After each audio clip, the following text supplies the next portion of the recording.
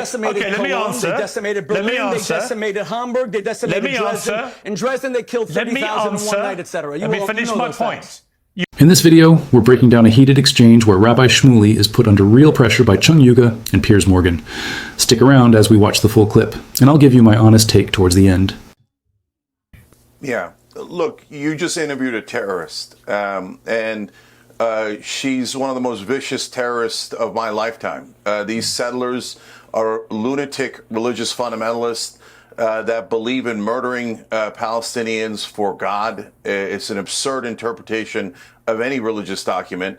The overwhelming majority of Jews, by the way, do not agree with them. They don't think that you have to murder Palestinians for God. And so when you asked her that last question, it was actually very interesting what her answer was. You said, do you mind 20,000 children being killed? And she said, as long as they're teaching their children to hate Jews, she seemed to be justifying that we have to kill their children. So think about the absurd logic of that. Since they teach them to hate us, we murdered their children. Gee, I wonder why they hate you. Like, the fact that she can't even see that shows you how painfully stupid this terrorist is. So I'm done. You guys are way too polite to Israel. Israel is a terrorist state. I'm not interested in it. I'm not interested in supporting it. I'm not interested in having them steal more Arab land.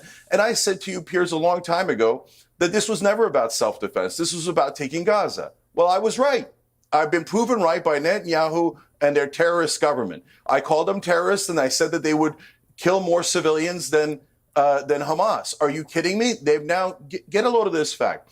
Hamas killed 815 civilians on October 7th. Terrible. We've all condemned it 1,000 times. Now, Israel has killed 870 Palestinians under the age of 1. They have killed more Palestinian babies than Hamas killed civilians on October 7th. And every time it's a justification. No, we talked to God. God told us to steal Arab land. God told us to murder Arab children.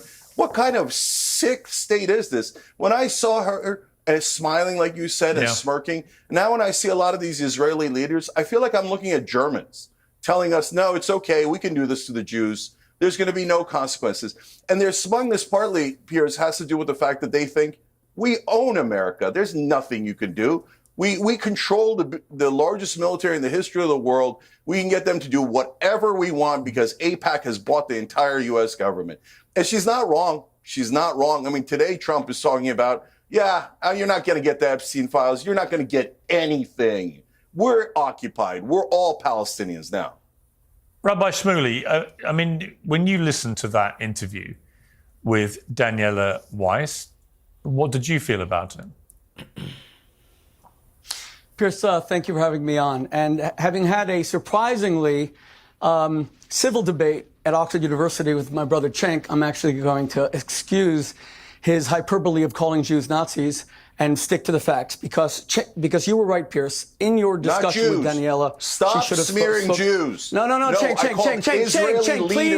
Cenk, please don't. Okay, you're already interrupting me. Just be civil, please. We had a civil debate at Oxford. Let's try to continue. We shook hands afterward. Hundreds of thousands of people said how much they enjoyed watching us shake hands. Let's be human a little bit. I'm going to do what you said, Piers, and stick to the facts. Number one, Cenk just said that Israel killed so many more civilians that were killed on October 7th.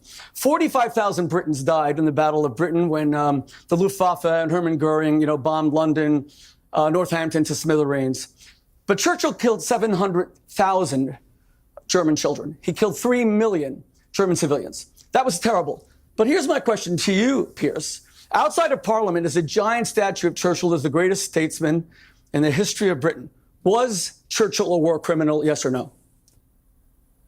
No, Churchill wasn't a war criminal. In fact, Matthew, I saw you shaking your head. Okay. You said facts. You said facts. Well, hang on. If you're going to make statements like Churchill, 45. Wait. Your numbers aren't correct you can about expand. the number of civilians who died. Never mind anything else. Yes, they are. There were 3 million German civilians killed by Britain and by the United States. There were 70,000 Japanese killed on a single day in Hiroshima and then Nagasaki. Half of them were children. 35,000. Was Harry Truman a war criminal? Was Roosevelt a war? If you are prepared to say, Piers, based on facts and based on what Cenk just said, that the proportion of civilians to combatant deaths determines whether you're a war criminal. And by the way, Churchill killed 5 civilians for every 1 German combatant. The United States in Fallujah killed 4 civilians in Fallujah in Iraq for every 1 terrorist Iraqi combatant. So was George W. Bush a war criminal? Was Tony Blair a criminal? If you're prepared to at least be consistent and say that, yes, well, yeah, I think Bush and Blair were war criminals. 3 million. Was Churchill...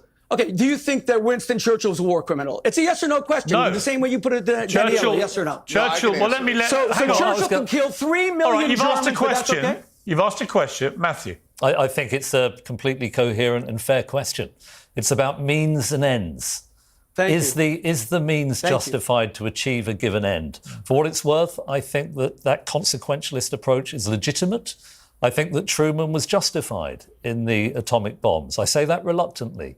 But I think there would have been many more deaths had the Second World War not been brought to an end in that way. I know some people will disagree with that position. However, okay, so you're one of the most fair person. If I may just finish, wait a second. Just so briefly you're one of the finish. most fair person that I've ever spoken to about on this show. All I'm saying is, let's be clear. Piers, God weeps for every Palestinian child, the 20,000 children. I don't know if it's 20,000, but even if it is, that's weeps for every one. One was too many. But every Arab child is the equal of a Jewish child. But whose responsibility is it? Who builds? I live in a community here in New York, New Jersey. There is no army base near me. Why are the Hamas headquarters in nurseries?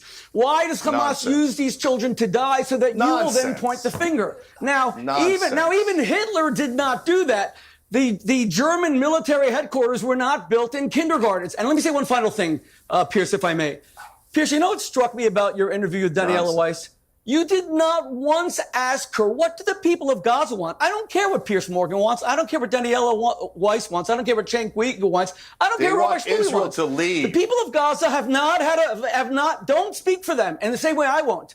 They have not had a vote since 2005 when Hamas took the leaders of the PLO, the Palestinian Authority, Mahmoud Abbas, and threw their opponents off the roofs and killed them.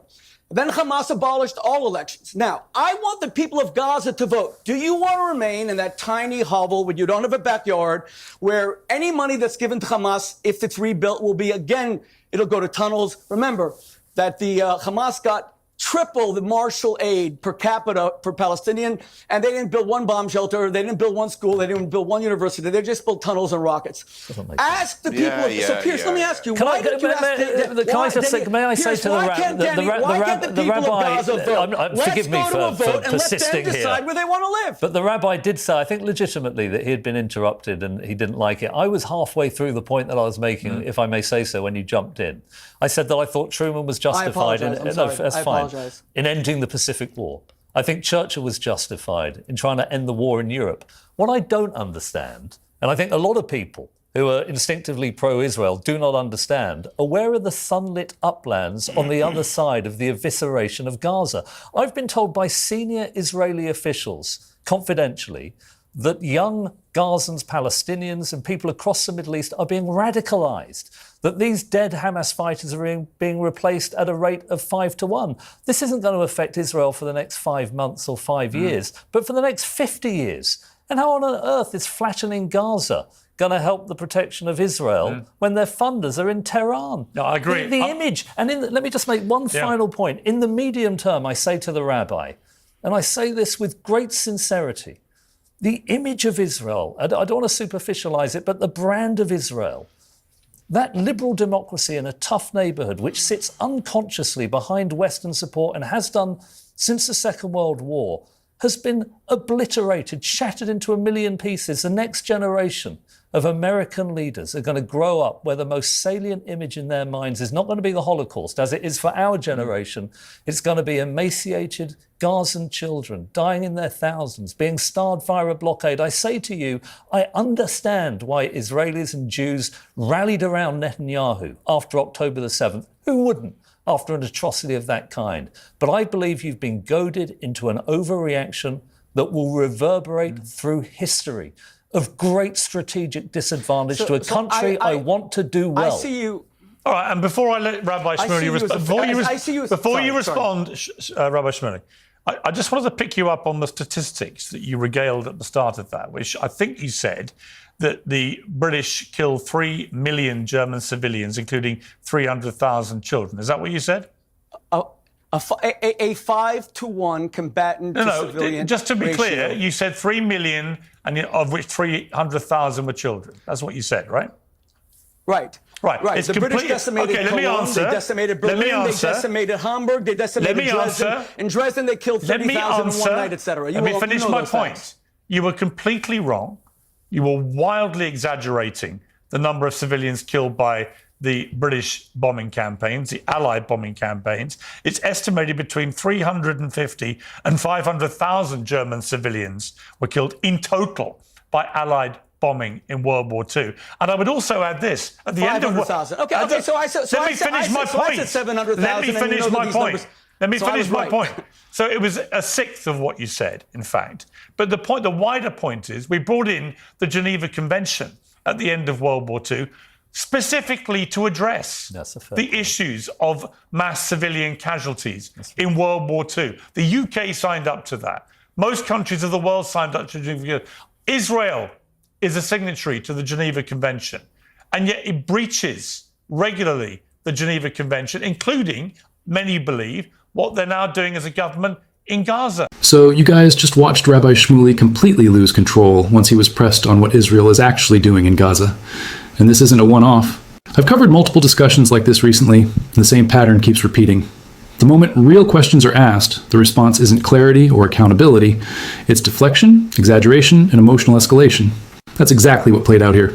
He tried to lean on historical comparisons to justify current actions, but when those claims were fact-checked, especially by Piers Morgan, the argument fell apart.